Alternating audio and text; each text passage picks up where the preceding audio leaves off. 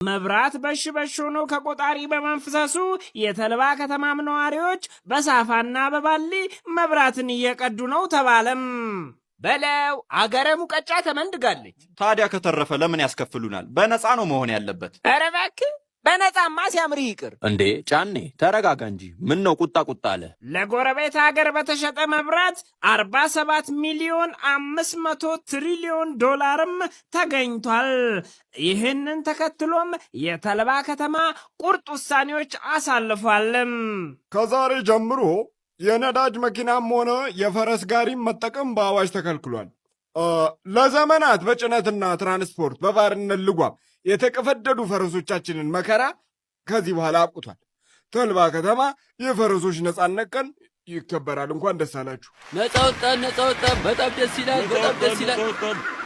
እንዴ የነዳጅ መኪናና ፈረስ ተከልክሎ በምን ልንጓጓዝ ነው? የተልባ ህዝብ ወደ መኪና ሊቀየር ነው? ምን አውቃለሁ። ያ ባቡር ሊነሳ ይሆናል።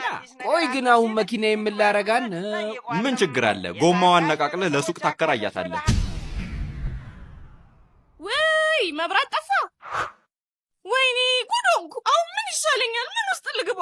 እንዴ ምንድነው ውዴ?